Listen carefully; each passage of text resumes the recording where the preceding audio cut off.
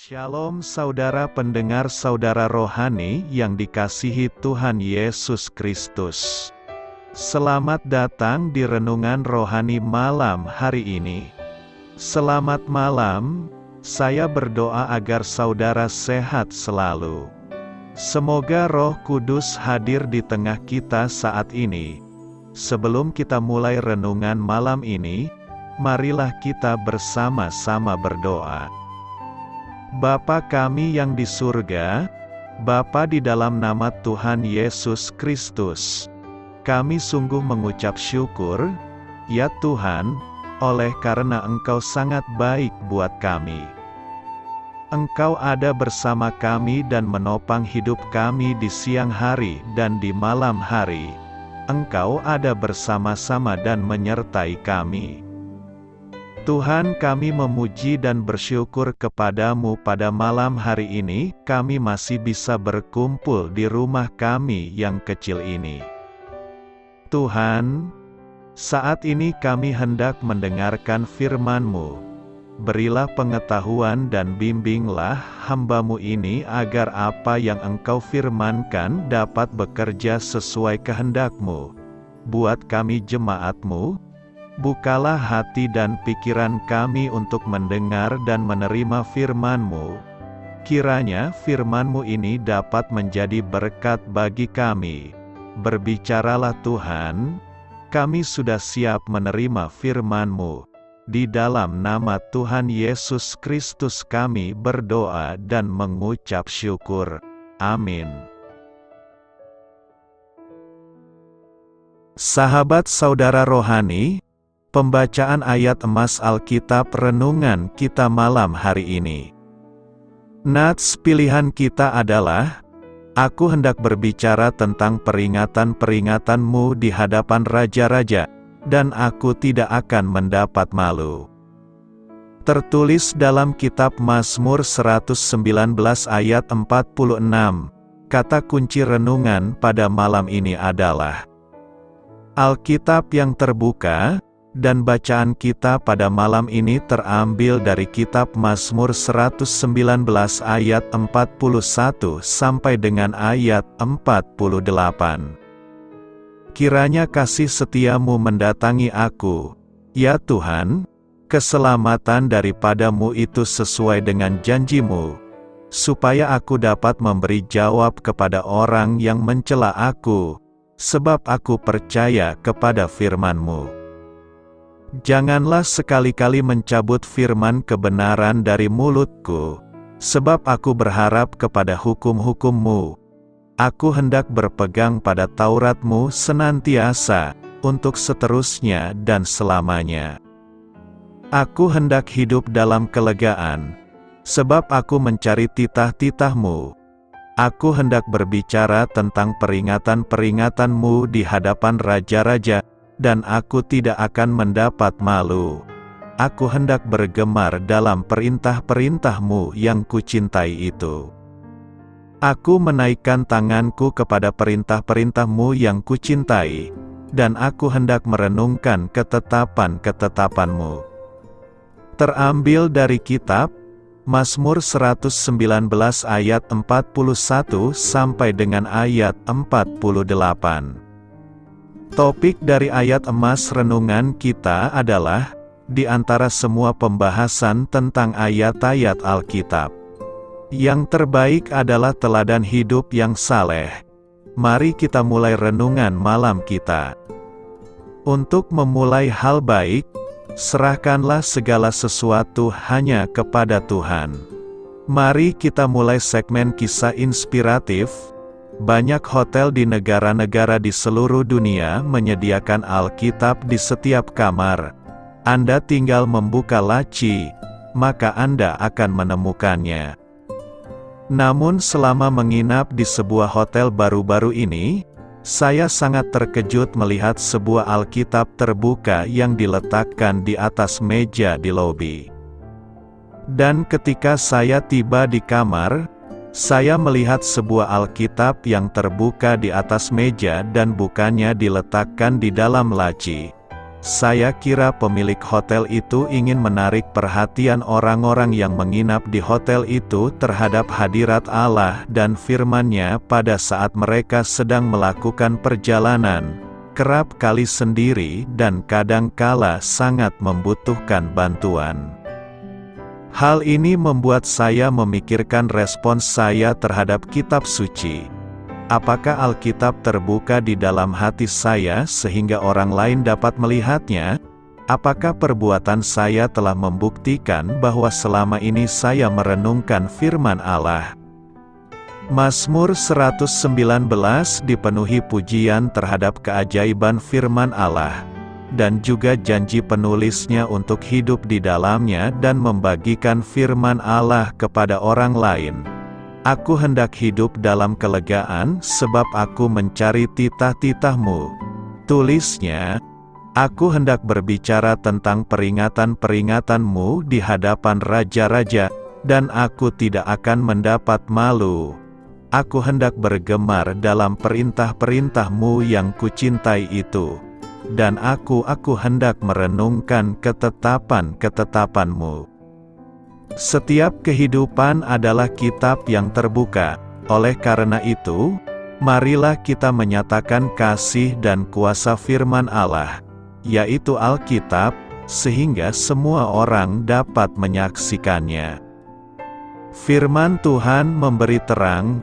Mazmur 119 ayat 130 berkata, "Bila tersingkap, firman-firman-Mu memberi terang, memberi pengertian kepada orang-orang bodoh."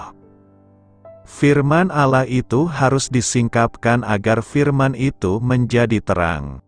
Kalau firman Tuhan itu tertutup dan tidak tersingkap, maka itu tidak akan mengubah apa-apa. Tetapi firman Tuhan yang tersingkap itu akan memberi terang dan memberi pengertian sehingga ketika kita tidak tahu akan apa yang harus kita lakukan, maka firman Tuhan itu memberi kejelasan. Dalam hidup ini semua orang pasti memiliki masalah dan yang dibutuhkan hanya secuil hikmat saja. Kebenaran itu tidak memerdekakan tetapi mengetahui. Mengenal dan menghidupi kebenaran itulah yang akan memerdekakan. Dari nas hari ini, ada beberapa hal penting yang hendak kita renungkan, yakni: pertama, bila firman Allah itu tersingkap, maka jalan hidup kita pasti terang. Firman Allah itu memberi terang sehingga orang-orang bodoh mendapatkan pengertian. Atau dengan kata lain, firman Allah itu menerangi kebodohan manusia sehingga manusia menjadi berhikmat. Bagaimana firman Allah itu menerangi? Kita harus memperhatikan kata sebelumnya, yaitu, bila tersingkap. Kata tersingkap menunjukkan sesuatu yang tersembunyi kemudian dibukakan. Bagi manusia yang berdosa, kebenaran firman Allah itu tersembunyi, tetapi oleh anugerahnya di dalam Yesus Kristus kita akan dibukakan rahasia kebenaran ini. Kebenaran itu akan terus disingkapkan kepada kita kalau kita terus-menerus mau merenungkan firman Allah siang dan malam. Dengan proses ini, kebodohan-kebodohan kita digantikan dengan hikmat Allah. Kedua, bila tersingkap maka firman Allah itu memberi terang bagi kaki kita. Sebagai pelita firman Allah bekerja memberikan terangnya agar kaki kita tidak terantuk batu atau masuk lubang. Sebagai terang firman Allah menunjukkan arah jalan kita agar kita tidak tersesat. Terang berbicara tentang hikmat, pengertian atau pewahyuan. Ketika firman itu dimeditasikan, firman itu akan masuk sebagai cahaya ke dalam manusia batin kita dan kita bertemu dengan Roh, yang merupakan pelita Tuhan. Ketiga, bila tersingkap maka firman Allah itu akan menjadi terang bagi pikiran kita. Melalui firman-Nya, Tuhan hendak menyediakan cahaya penerang untuk pikiran kita juga. Tuhan hendak memberikan cahaya-cahayanya untuk setiap orang. Ia hendak menerangi pikiran kita dengan kebenaran tentang siapakah Dia dan apakah langkah selanjutnya untuk hidup kita. Merenungkan isi kitab suci seringkali menjadi kunci untuk menyalakan cahaya tersebut. Kita harus meresapi pikiran kita dalam cahaya itu. Renungan kitab suci tidaklah mengalihkan pikiran kita kepada alam semesta. Renungan memfokuskan pikiran kita pada perkataannya. Saat kita merenungkan firman Tuhan, kita membawa cahayanya untuk hidup kita. Salah satu cara terbaik untuk menyalakan cahaya dari firman-Nya adalah dengan meminta kepada Tuhan agar menyingkapkan mata kita kepada firman-Nya, seperti dalam Mazmur 199 ayat 18. Singkapkanlah mataku, supaya aku memandang keajaiban-keajaiban dari Taurat-Mu. Kita hendak melihat hal yang luar biasa dari Tuhan, bukan? Mintalah kepada Tuhan untuk membuka mata kita untuk melihat apa yang Tuhan mau lakukan melalui hidup kita. Karena itu, teruslah membaca dan merenungkan isi kitab suci agar Tuhan menyingkapkan firman-Nya bagi kita untuk menerangi perjalanan hidup kita. Keselamatan Tuhan tidak jauh lagi. Yesaya 46 ayat 12-13 berkata, "Dengarkanlah aku hai orang-orang yang congkak, orang-orang yang jauh dari kebenaran, keselamatan yang daripadaku tidak jauh lagi, sebab aku telah mendekatkannya dan kelepasan yang kuberikan tidak bertangguh lagi. Aku akan memberikan kelepasan di Sion dan keagunganku kepada Israel." Jika kita membaca nas ini dengan teliti, maka kita akan menemukan kata kuncinya adalah keselamatan yang dari Tuhan tidak jauh lagi. Itu artinya Allah telah merancangkan keselamatan bagi umat-Nya, Israel. Untuk mewujudkan hal itu, Allah melalui Nabi Yesaya, menasihati mereka, agar mereka dapat mempersiapkan diri untuk menyambut pembebasan dan keselamatan yang akan Allah kerjakan bagi mereka. Untuk itu, ada dua hal yang Allah mau dari mereka, yaitu: pertama, Allah mau agar mereka tidak takut terhadap dewa-dewa Babel, karena dewa-dewa itu akan direbahkan dan ditundukkan oleh Allah melalui Raja Kores yang akan Allah pakai sebagai alatnya untuk membebaskan mereka dari tanah pembuangan. Dewa-dewa itu tidak akan dapat berbuat apa-apa. Mereka tidak mempunyai kekuatan atau kuasa apapun. Mereka hanyalah buatan tangan manusia. Mereka akan ditaklukkan oleh Allah. Oleh karena itu, umat Allah tidak usah takut atau berkecil hati atas penawanan dan pembuangan yang mereka alami selama ini. Kedua, Allah mau agar mereka memiliki keyakinan yang teguh kepada Allah dan bukan kepada berhala-berhala ataupun diri mereka sendiri. Sebab, selama ini ada di antara mereka yang memberontak kepada Allah.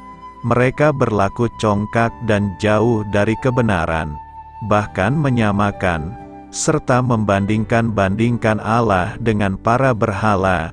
Sikap mereka yang demikian akan menjadi penghalang atas rencana Allah yang hendak membebaskan dan menyertai mereka. Belajar dari bagian ini, Allah menghendaki kita sebagai orang-orang pilihan-Nya, mau membenci dan meninggalkan segala berhala yang ada di dalam kehidupan kita, entah itu apa dan dalam bentuk apapun yang telah membuat kita memberontak, jauh dari kebenaran, dan meninggalkannya. Tuhan mau agar kita kembali kepada-Nya, meninggalkan segala berhala dan dosa kita, dan memiliki iman yang teguh padanya. Dengan demikian, keselamatan dan penyertaan yang dari Tuhan sudah begitu dekat dengan kita. Kita harus berjuang membuang segala berhala dunia yang menguasai hidup kita saat ini. Semisal gadget, hedonisme, kuasa, harta, dan lain sebagainya. Tanpa kita sadari, saat ini kita telah menggantungkan hidup kita dengan berhala dunia itu, bahkan menomorsatukannya. Karena itu, responlah keselamatan Tuhan berikan dengan meninggalkan segala berhala dunia yang menyelubungi kita. Apa yang harus kita pelajari dari Mazmur 119? Berisi 176 ayat.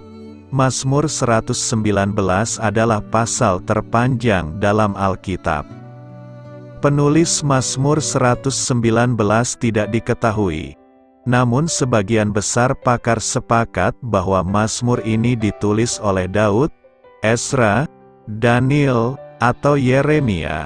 Masing-masing penulis yang diusulkan ini mengalami kesulitan serius dalam hidupnya, dan penulis Mazmur 119 merefleksikan hal itu dalam deskripsi plot, fitnah, dan ejekan terhadapnya, penganiayaan dan kesengsaraan. Penganiayaan dan penderitaan terhadap pria Tuhan adalah tema utama Mazmur 119. Tema lain yang menonjol dalam Mazmur 119 adalah kebenaran mendalam bahwa firman Tuhan itu cukup. Mazmur 119 merupakan perluasan dari Mazmur 19 ayat 7-9 berkata, "Hukum Tuhan itu sempurna, yang menyegarkan jiwa." Ketetapan Tuhan dapat dipercaya, memberikan hikmat kepada orang yang sederhana. Perintah Tuhan itu benar, memberi sukacita pada hati. Perintah-perintah Tuhan bersinar-sinar, menerangi mata. Takut akan Tuhan itu murni, abadi selamanya. Ketetapan-ketetapan Tuhan itu pasti dan semuanya benar. Ada 8 istilah berbeda yang mengacu pada firman Tuhan di sepanjang Mazmur hukum, kesaksian, ajaran, patung, perintah, penilaian, perkataan, dan tata cara. Hampir di setiap ayat, firman Tuhan disebutkan. Mazmur 119 tidak hanya menegaskan karakter kitab suci, namun juga menegaskan bahwa firman Tuhan mencerminkan karakter Tuhan sendiri. Perhatikan sifat-sifat Allah yang disebutkan dalam kitab suci dalam Mazmur 119. Mazmur dibuka dengan 2 ucapan bahagia. Berbahagialah orang yang hidupnya tidak bercacat, yang hidup menurut hukum Allah, yang berpegang pada ketetapan-ketetapannya dan mencari Dia dengan segenap hati. Penulis Mazmur ini adalah orang yang telah mengalami kesulitan besar dalam hidupnya, namun juga orang yang berhasil melewatinya dengan pemahaman yang mendalam dan penuh gairah akan kasih dan belas kasihan Allah yang tidak ada habisnya. Sepanjang penderitaannya, penulis berpegang teguh pada kebenaran yang dia pelajari dari kitab suci, yang bersifat kekal dan berdiri teguh di surga. Kecintaannya terhadap firman Allah dan dedikasinya untuk mengingatnya serta menghayatinya merupakan tema yang diulang-ulang. Inilah pelajaran bagi kita dalam Mazmur yang luar biasa ini. Firman Tuhan cukup membuat kita berhikmat, melatih kita dalam kebenaran, dan memperlengkapi kita untuk setiap pekerjaan baik. Kitab suci merupakan cerminan sifat Allah, dan darinya kita belajar bahwa kita dapat mempercayai karakternya serta rencana dan tujuannya bagi umat manusia, bahkan ketika rencana tersebut mencakup penderitaan dan penganiayaan. Berbahagialah kita jika kesukaan kita pada hukum Tuhan dan pada hukum-Nya kita renungkan siang dan malam. Aku rindu kepada titah-Mu, Mazmur 119 ayat 40 berkata, "Sesungguhnya aku rindu kepada titah-titah-Mu, hidupkanlah aku dengan keadilan-Mu." Rindu kepada titah Tuhan menunjukkan kerelaan melakukan hukum dan perintah Tuhan dalam kehidupan kita setiap hari. Melakukan titah Tuhan menjadi tugas dan tanggung jawab kita. Dengan melakukan titah Tuhan kita menunjukkan kita sebagai hamba yang setia kepadanya. Hal itu tampak dalam kehidupan pemazmur. Dalam Mazmur 119 terlihat sikap pemazmur menolong orang-orang percaya untuk belajar mengasihi firman Tuhan yang memberikan hikmat bagi kehidupan. Kecintaan pemazmur akan titah Tuhan tertuang dalam ayat 40 ini. Mengapa pemazmur sangat merindukan titah Tuhan? Alasannya sederhana saja. Karena titah Tuhan mengerjakan beberapa hal baik dalam kehidupan orang yang mengasihinya. Pertama, titah Tuhan menjadikan anak-anak Tuhan menjadi lebih bijaksana dan berakal budi. Ketika seseorang membaca, merenungkan dan melakukan firman Tuhan, maka Tuhan akan menolongnya menghadapi berbagai masalah hidup. Kedua, firman Tuhan yang kita baca menolong kita mengenali tipuan musuh yang berusaha untuk menghancurkan. Ada banyak tantangan harus dihadapi oleh orang-orang percaya yang bisa membawa kepada kejatuhan.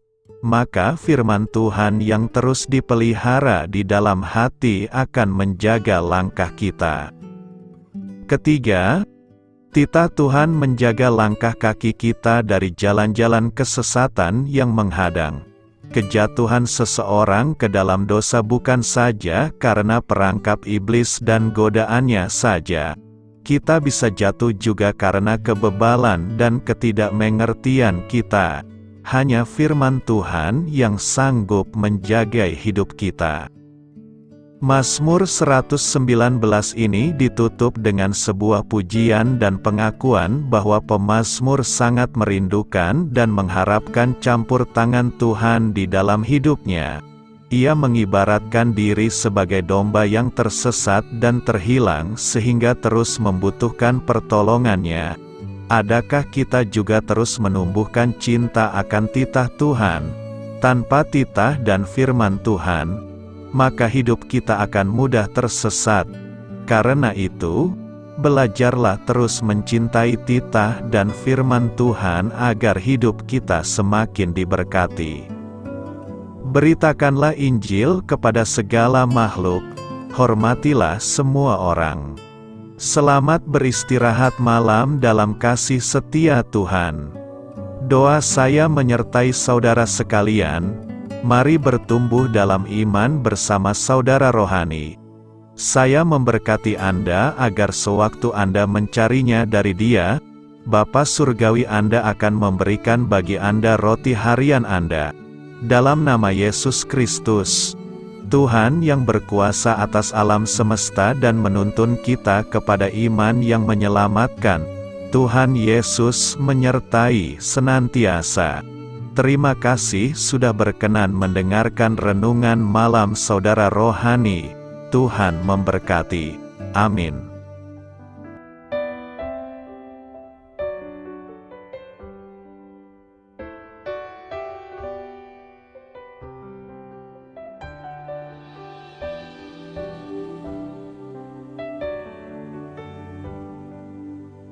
Marilah kita renungkan, sahabat saudara rohani, demikianlah renungan firman Tuhan malam hari ini.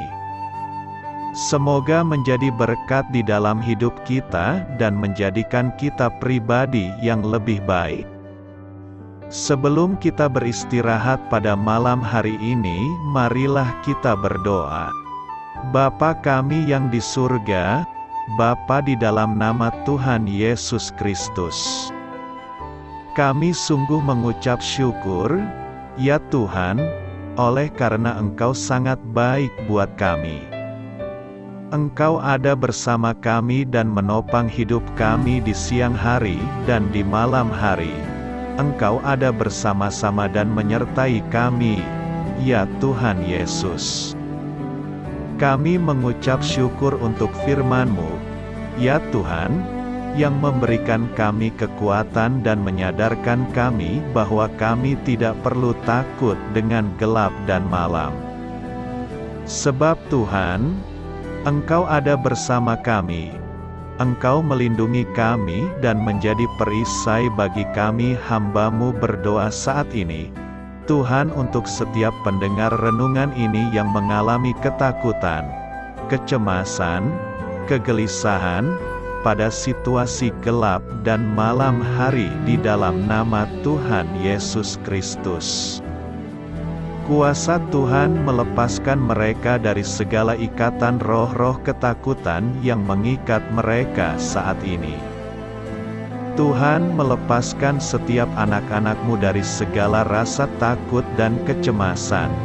Di dalam nama Tuhan Yesus segala kuasa-kuasa roh jahat, kuasa setan iblis yang mengganggu anak-anak-Mu, ya Tuhan, tolong hancurkan dan halaukan dengan kuasa-Mu. Dalam nama Tuhan Yesus Kristus, berkati setiap kami anak-anak-Mu, ya Tuhan, dan lindungilah kami. Kami aman di dalam Engkau. Ya Tuhan, penuhilah setiap hati kami dengan keberanian, damai sejahtera, dan sukacita serta ketenangan yang dari Tuhan. Berkati kami di malam hari ini, saat kami tidur dan beristirahat.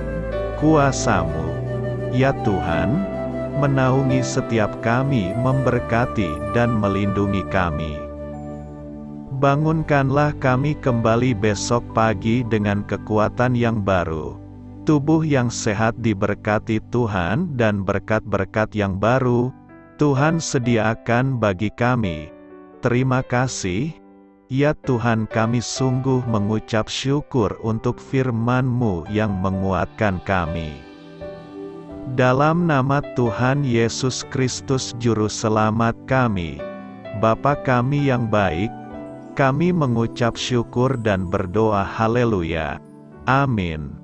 Biarlah firman Tuhan menjadi pengingat untuk kita semua, bahwa tuntunan dari Roh Kudus akan selalu memberi jalan keluar bagi setiap permasalahan hidup kita, dan memberi kedamaian di hati kita.